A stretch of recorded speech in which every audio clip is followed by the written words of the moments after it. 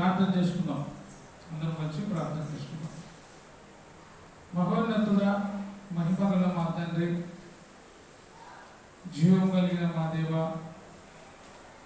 మా అందరినీ ఇంతవరకు కూడా మీ కరుణా హస్తముల క్రింద కాపాడి సజీవులుగా ఉంచి బ్రతికించినందుకే వందనాలు చెల్లిస్తున్నాను నాయన. ఈ రోజును చూడలేక ఎంతోమంది ఈ లోకాన్ని వదిలిపెట్టి వెళ్ళిపోయినారు తండ్రి. అయితే మమ్మల్ని సజీవులుగా ఉంచి ఈ ప్రార్థన కూడికలో మేము చేరున్నట్లు, మేము ధ్యానించినట్లు మీరు ఇచ్చిన అవకాశాన్ని బట్టి వందనాలు చెల్లిస్తున్నాం. ఇక్కడ చేరిన ప్రతి బిడ్డను దీవించండి, ఆశీర్వదించండి. మీ దాసుడు దైవ సేవకులు తండ్రి మరి సువార్త పని విషయమై వెళ్ళి ఉండగా మీ దాసుని కూడా మీరు దీవించండి, ఆశీర్వదించండి. అక్కడ వెళ్ళిన పని క్షేమంగా జరుగునట్లుగా మీరే మీ కృప చేత బలపరచండి. ఇక్కడ చేరిన వారిని అయితే మీరు రాలేని వారిని, దూరంగా ఉన్న వారిని, ప్రతి వారిని కూడా దీవించి ఆశీర్వదించమని యేసుక్రీస్తు నామమున అడిగి ప్రార్థించి వేడుకొంచున్నాము తండ్రి, ఆమేన్. ప్రియమైన వారులారా, ఈరోజు మనం నేర్చుకుంటున్నటువంటి అంశం దేవుడు లేని జీవితము, దేవుడితో కలిసి ఉండని జీవితము ఏ విధంగా ఉంటుందో చూసుకుందాం. దేవుడు లేని జీవితము, దేవుడితో కలిసి జీవించని జీవితము ఎలా ఉంటుందో చూసుకుందాం. పరిశుద్ధ గ్రంథంలో నుంచి యోహాను సువార్త 15వ అధ్యాయము 5 నుంచి 8 వచనాలు చదువుకుందాం. యోహాను సువార్త 15వ అధ్యాయం 5 నుంచి 8 వచనాలు. ద్రాక్షావల్లిని నేను, తీగలు మీరు. ఎవరు చెప్తున్నారంటే ఈ మాట ప్రభు అయిన యేసుక్రీస్తు మనందరితో చెబుతున్న మాట. ద్రాక్షావల్లిని నేను, తీగలు మీరు. ఎవడు నా యందు నిలిచిండునో, నేను ఎవరి యందు నిలిచిండునో వాడు బహుగా ఫలించును. ఎవడు నా యందు నిలిచిండునో, నేను ఎవరి యందు ఉండునో వాడు బహుగా ఫలిస్తాడు. మనలో దేవుడు ఉండాలా, ఆయనలో మనం ఉండాలి. ఎవడు నా యందు ఫలిస్తాడో, ఎవడు నా యందు ఉంటాడో నేను వాని యందు ఉంటాను. ఆయన మనలో ఆయన ఉంటే మనం ఏమవుతామంటే ఫలిస్తాం. దేవుడు లేనటువంటి జీవితము, దేవుడితో కలిసి ఉండని జీవితము వెళదాం. ఇక్కడ చక్కగా స్పష్టంగా వ్రాయబడింది. చూడండి, మరొకసారి చదువుతున్నా. ద్రాక్షావల్లిని నేను, తీగలు మీరు. ఎవడు నా యందు నిలిచి ఉండునో, నేను ఎవరి యందు నిలిచిచుండునో వాడు బహుగా ఫలిస్తాడు. బహుగా అంటే దేవునితో లేనటువంటి జీవితము, దేవుడు లేని జీవితము ఏమంటే వ్యర్థం. వాడు ఫలించని వారుగా ఉంటారు. అంటే ఆశీర్వదించబడరు అని గ్రహించాలి. ఎవరిలో అయితే క్రీస్తు ఉంటాడో, క్రీస్తులో ఎవరు ఉంటారో వాళ్ళు బహుగా ఫలిస్తారు. అందుకే దేవుడు లేని జీవితము, దేవుడితో ఉండని జీవితము ఫలించదు అని మనం జ్ఞాపకం చేసుకోవాలి. ఇంకా ఏం చెప్తాం చూడండి. ఎవడైనను నా యందు నిలిచి ఉండని ఎడల, ఎవడైనను ఈ ప్రపంచంలో ఎవడైనను, దేశానికి రాజైనా, దరిద్రుడైనా, ధనవంతుడైనా, ఎవరైనా కానీ, రంగు ఉన్నవాడు, రంగు లేనివాడని భేదం లేకుండా అందరూ కూడా నా యందు నిలిచి ఉండని ఎడల వాడు తీగ వలె బయట పారవేయబడి ఎండిపోవును. దేవుడిలో లేని జీవితము, దేవుడితో కలిసి జీవించని జీవితం ఏమైందంట, అది వాడిపోతుంది. అదేమవుతుంది? ఎండిపోవును. ఎండిపోయిన తర్వాత ఏమైపోతుంది? అది కింద పడిపోతుంది, రాలిపోతుంది. ఎండిపోతాము, వాడిపోతాము, కింద పడిపోతాము. అందుకే దేవుని కలిగినటువంటి జీవితం మనం కలిగి ఉండాలి. ఆయన ద్రాక్షావళి, మనము ఎవరు? తీగలమై ఉన్నాం. మనందరం కూడా క్రీస్తు యేసుకి అంటబడి ఉండాలి. అప్పుడే మన జీవితము ఆశీర్వదించబడుతుంది. చాలా మంది ప్రార్థనకు వస్తుంటాము, ప్రార్థన చేసుకుంటాం, కానీ క్రీస్తుకి దగ్గరగా ఉంటాం. ఆయనకి దగ్గరగా ఉండాలి అంటే మనం ఏం చేయాలంటే దేవుని వాక్యాన్ని మన హృదయంలో భద్రం చేసుకొని ధ్యానించుకుంటూ ఉండాలి. అప్పుడు మన జీవితము ఆశీర్వదించబడుతుంది. వాడు ఎవరంట? ఎవడైనను నా యందు నిలిచి ఉండని ఎడల వాడు తీగ వలె బయట పారవేయబడి ఎండిపోవును. మనుషులు అట్టి వాటిని పోగు చేసి అగ్నిలో పారవేతురు. అంటే క్రీస్తులో ఎవరైతే ఉండరో, క్రీస్తుని అంటిపెట్టుకొని ఉండరో, వారు తీసివేయబడి అగ్నిలో కాల్చబడతారు. మనం క్రీస్తులో ఉంటే కాల్చబడం, మనం క్రీస్తులో ఉంటే బయటికి తీసివేయబడం, ఇంకా బహుగా ఏమైతామన్నా ఫలిస్తాము. నీవైనా నేనైనా పర్సనల్గా కానీ కుటుంబంగా కానీ అభివృద్ధి చెందాలంటే ఎవరిలో ఉండాలా? దేవునిలో ఉండాలి. దేవుడు లేని జీవితము వ్యర్థము, దేవునితో లేని జీవితము వ్యర్థం. అందుకే చాలా విధాలుగా పాటల రూపంగా మనకు రాసినారు చాలా మంది. నీ ఉంటే నాకు చాలు యేసయ్యా, నీ వెంటే నేను ఉంటా. నీ వెంట ఉంటే నాకు అంతా సంతోషమే.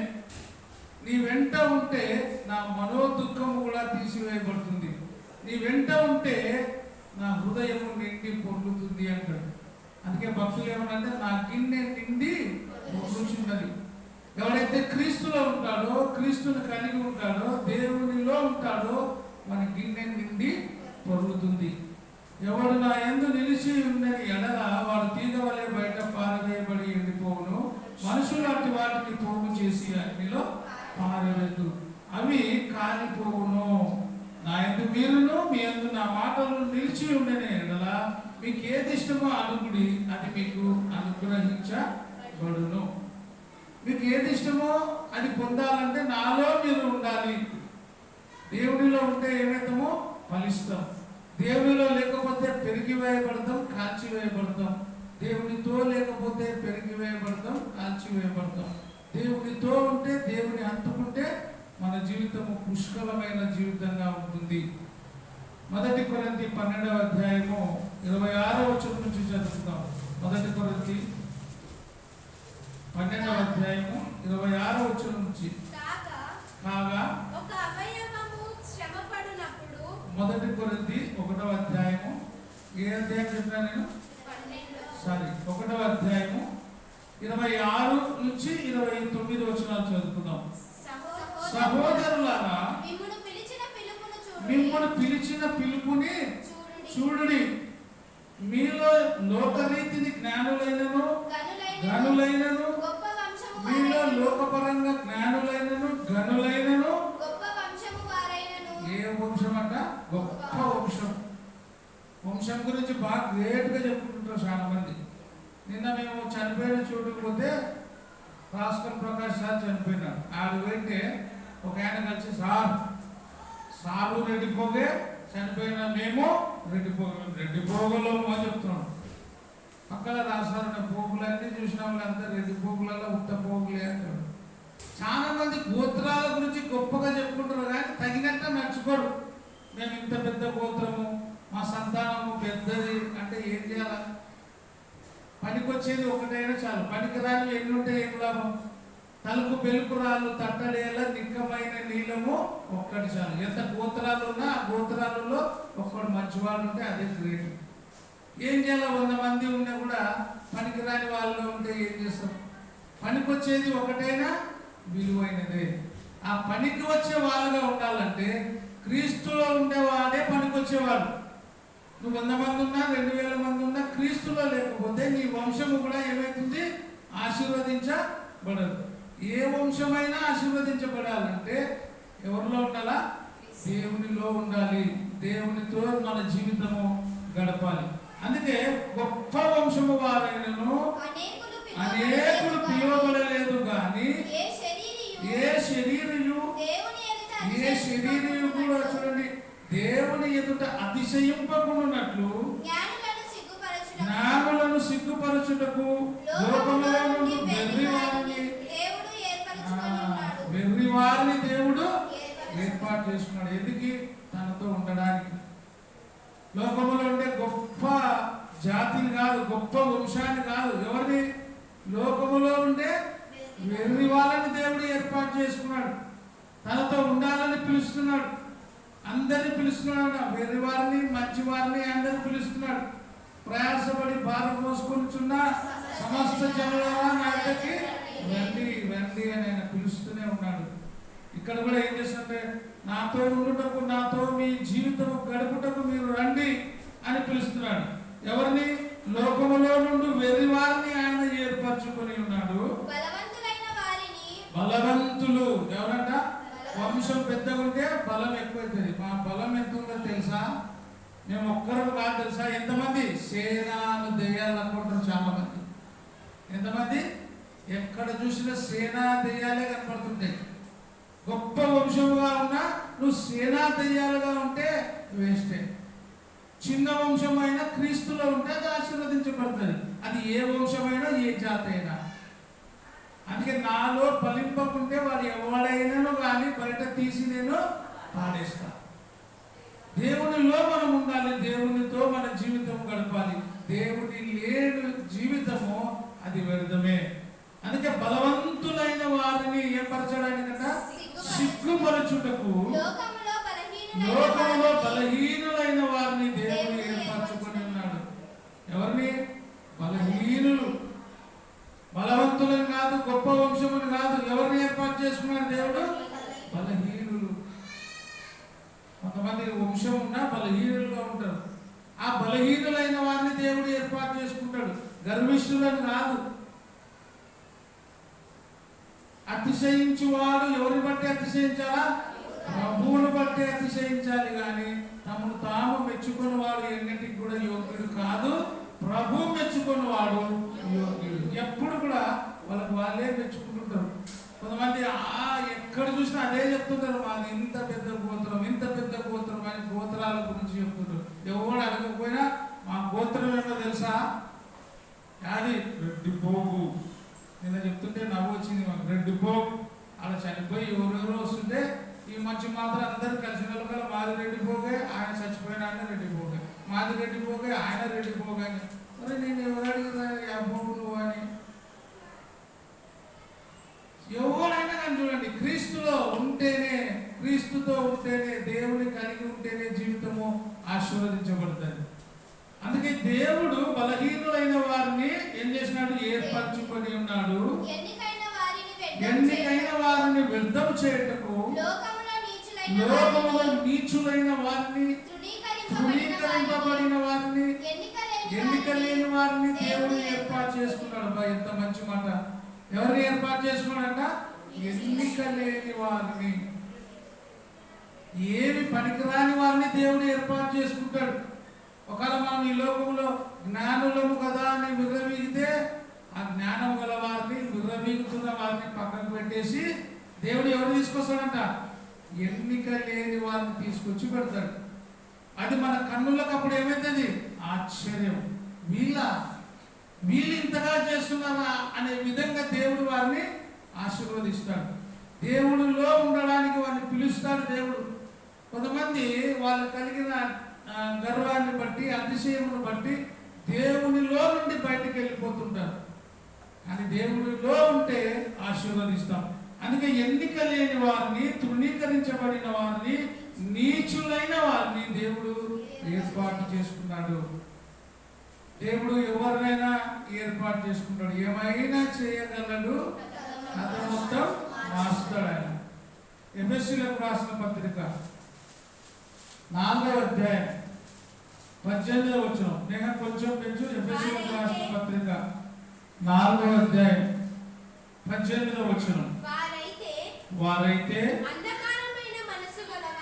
ఏ కారణము? అంధకారమైన మనసు గలవారై. చూడండి, ఏదంట? హృదయ కాఠిన్యము వలన. తమలోనున్న అజ్ఞానం. జ్ఞానం కాదు, ఏముంది వాళ్ళలో? అజ్ఞానం. మేము జ్ఞానవంతులము అని అనుకుంటున్నారు, కానీ వారిలో ఉండేది జ్ఞానం కాదు. ఏముంది? మాయా, అజ్ఞానం వారిలో ఉంది. వారు తమలోనున్న జ్ఞానము చేత దేవుని వలన కలుగు జీవములో నుండి వేరుపరచుకున్నవారై. చూడండి, అజ్ఞానము చేత జీవము గల దేవునిలో నుండి ఏమైనా వాళ్ళు వేరైపోయినారు. దేవునిలో లేకపోతే జీవితము, దేవునితో గడకపోతే నీ జీవితము ఎంత గొప్పదైనా జీరోనే. దేవునితో ఉంటే మనం చాలా గొప్పవారం. అందుకే ఇక్కడ అజ్ఞానం చేత దేవుని వలన కలుగు జీవములో నుండి వేరుపరచబడిన వారై తమ మనసులకు కలిగిన వ్యర్థతను అనుసరించి నడుచుకుంటున్నారు. దేని అనుసరించి? వ్యర్థంగా అనుసరిస్తున్నారు అన్నమాట. వీళ్ళందరూ ఎవరంటే స్థిరమైన వాళ్ళు కాదు, గాలి చెదరగొట్టు పొట్టు వలె తిరిగే వాళ్ళు. వీళ్ళు స్థిరంగా దేవునిలో జీవించరు, స్థిరంగా దేవునితో జీవించరు. వాళ్ళు ఏం చేస్తారంట? ఇష్టం వచ్చినట్ట తిరుగుతూ ఉంటారు. ఒక గాలిపటము దారంకి కట్టబడి ఉంటేనే అది మేలు. అది ఎప్పుడు పైన ఎగురుతూ ఉంటుంది. అది ఎంత గొప్పగా ఎగిరినా కూడా దాని ఆధారం ఏది? పైకి ఎగరడానికి దారం. నువ్వు క్రీస్తుకి అత్తుకోకపోతే, క్రీస్తుతో కనెక్షన్ కట్ అయితే ఆ గాలిపటం ఎక్కడ పడిపోతుంది? అది పైన ఎగురుతూ అనుకుంటుందంట గాలిపటం. ఇంత పైన నేను ఎగురుతున్నా, ఇంకా పైకి నాకు ఎగరాలనుంది, కానీ ఈ దారం నన్ను కట్టేస్తుంది. ఈ దారం తెగిపోతే నేను ఇంకా పైకి ఎగురుతా అని అనుకునిందంట. అనుకున్న విధంగానే దారం తెగిపోయింది. అది వచ్చి ఎక్కడ పడింది? ముళ్ళ పొదల్లో పడుతుందో, కరెంటు తీగల మీద పడుతుందో, అగ్గిలో పడుతుందో, నీళ్ళలో పడుతుందో ఎవరికి తెలియదు. మన జీవితం కూడా క్రీస్తు అనే ఆయనను మనం తొలగించుకుంటే, ప్రార్థన అనే దాని నుండి దూరం అయితే ఏమైతామో మన జీవితం కూడా ఎక్కడ పడిపోతుందో మనకు తెలియదు. అందుకోసమే ఎఫెసీయులకు రాసిన పత్రికలోనే 1వ అధ్యాయం కీర్తనలు 1:4 గాలి చెదరగొట్టు పొట్టు వలె వారు ఉందురు అనే మాటను చూస్తున్నాం. యెషయా 48:22. యెషయా 48:22. దుష్టుడు అంటే దేవుడి కలిగిన వాడా, దేవుడు లేని వాడా? ఎవడు దుష్టుడు అవుతాడు? దేవుడి కలిగిన వాడు ఎన్నటికి కూడా దుష్టుడు కాదు. ఎందుకంటే వాక్యము వాని హృదయాన్ని ఎప్పటికప్పుడు నూతన పరుస్తుంది. కాబట్టి వాక్యము ఎప్పటికప్పుడు వాడిని ఏం చేస్తుంది? శుద్ధి చేస్తుంది. కాబట్టి వీడు దుష్టుడు కాదు. కానీ దేవునిలో లేకపోతే వాడు దుష్టుడుగా అయిపోతాడు. అందుకే దుష్టులకు నెమ్మది ఉండదని దేవుడు చెప్తున్నాడు. ఈ మాట చెప్తుండేది మనిషి కాదు, మానవుడు కాదు. ఎవరు చెప్తున్నాడు? దేవుడు చెప్తున్నాడు. దేవునిలో లేక మన జీవితం గడిపితే, దుష్టులుగా మనము మారితే వానికి ఏముండదంట? నెమ్మది ఉండదు. మనసులో నెమ్మది కలిగి ఉన్నాము అని అనుకుంటే మనం అందరిని చూసి, కానీ వాళ్ళ మనసులో నెమ్మది ఉండదు. ఏముంటది? వాళ్ళ మనసు నిండా కుళ్ళు, కుతంత్రము. అదే ఒక సామెత ఉంటుంది, మేడి పండు చూడ మేలిమై ఉండ, పొట్ట విప్పి చూడ పురుగులు. పైకి బాగానే ఉంటాడు మనిషి, అందంగా మాట్లాడుతుంటాడు, అందరిని పలకరిస్తుంటాడు. కానీ క్రీస్తు లేని జీవితం జీవించే వాని జీవితం ఎట్లుంటుందంటే మేడి పండు లాగుతుంది. మేడి పండు చూడ మేలిమై ఉండ, పొట్ట విప్పి చూడ పురుగులు ఉంటాయి. క్రీస్తులో ఉండేవాడు ఎప్పుడు కూడా మేడి పండులా ఉంటాడు. ఎప్పుడు కూడా వాని కుటుంబం ఆశీర్వదించబడుతుంది, బహుగా ఫలిస్తుంది. వాని హృదయంలో దుష్ట తలంపులు ఇవన్నీ కూడా ఉండవు. కాబట్టి దేవుడు లేని జీవితం మనం జీవించకూడదు, దేవునితో కలిగి ఉండే జీవితం జీవించాలి. యోహాను సువార్త 12వ అధ్యాయము 35వ వచనం. యోహాను సువార్త 12వ అధ్యాయం 35వ వచనం. అందుకు యేసు ఇంకా కొంతకాలము వెలుగు మీ మధ్య ఉండును, చీకటి మిమ్మును కమ్ముకొనకుండునట్లు. చీకటి ఎవరు? అపవాది. చీకటి మిమ్మును కప్పుకొనకుండునట్లు మీరు వెలుగు ఉండగానే నడువుడి. చీకటితో నడుచువాడు తాను ఎక్కడికి వెళ్ళుచున్నాడో ఎరుగుతాడా? చీకటిలో నడిచేవాడు ఎక్కడికి పోతున్నాడో తెలియదు.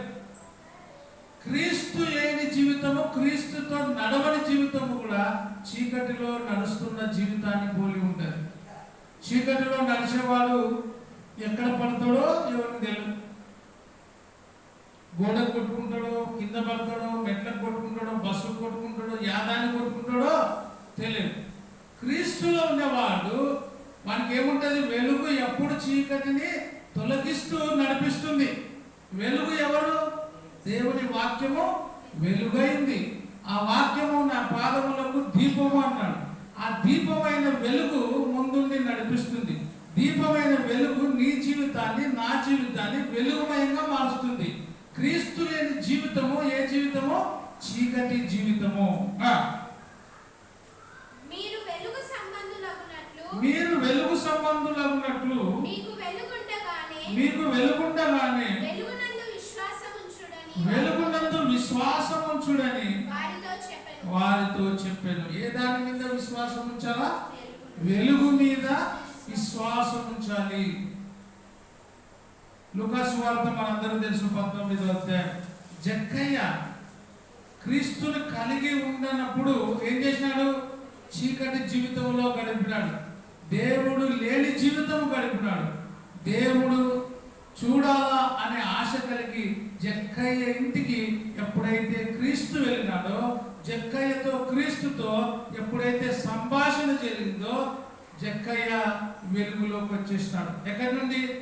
చీకటిలో నుండి వెలుగులోకి వచ్చినాడు. అందుకే అయ్యా, నేను ఎవరితోనైనా అన్యాయంగా ఏదైనా తీసుకొని ఉంటే దానికి ఎంత చెల్లిస్తాడు? 4 గంటలు చెల్లిస్తాను. చీకటిలో ఉండే జక్కయ్య, దేవుని కలిగి జీవించని జక్కయ్య ప్రభు అయిన యేసుక్రీస్తును చూడడం ద్వారా, యేసు ప్రభు తన ఇంటికి వెళ్ళడం ద్వారా జక్కయ్య ఇంటికి ఏం కలిగింది? రక్షణ. ఈరోజు నీకు నాకు రక్షణ కలగాలంటే మన జీవితాంతం కూడా దేవుని కలిగి జీవించాలని వాక్య భాగం ద్వారా తెలియజేస్తున్నాను. అందరికీ వందనాలు.